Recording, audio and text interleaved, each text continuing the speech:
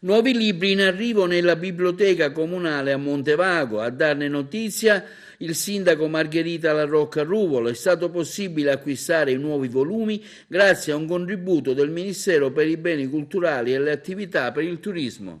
Oggi una buona notizia per Montevago.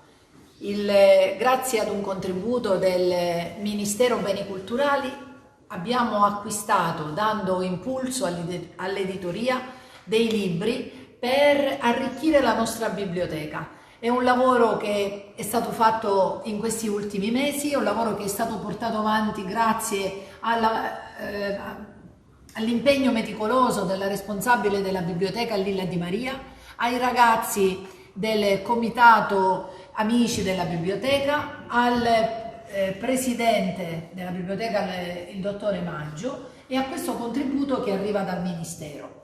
L'obiettivo è quello di arricchire la biblioteca comunale, dare ai nostri giovani, ma anche a chi è meno giovane, la possibilità di poter trovare i libri che cercano, di poter vedere nella biblioteca un punto di accesso per la lettura, per il confronto, anche se in questo momento di Covid bisogna mantenere, come tutti sappiamo, il distanziamento eccetera, ma in questi mesi passati i giovani qui sono venuti a studiare, hanno avuto momenti di lettura, di approfondimento.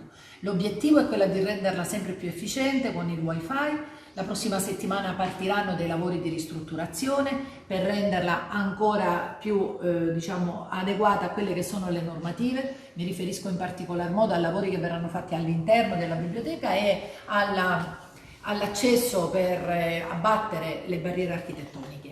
Tutto questo è un lavoro, voglio ringraziare la consigliera Migliore per avere messo a disposizione il suo tempo e per collaborare, e voglio ringraziare l'assessore alla cultura Calogero Armato.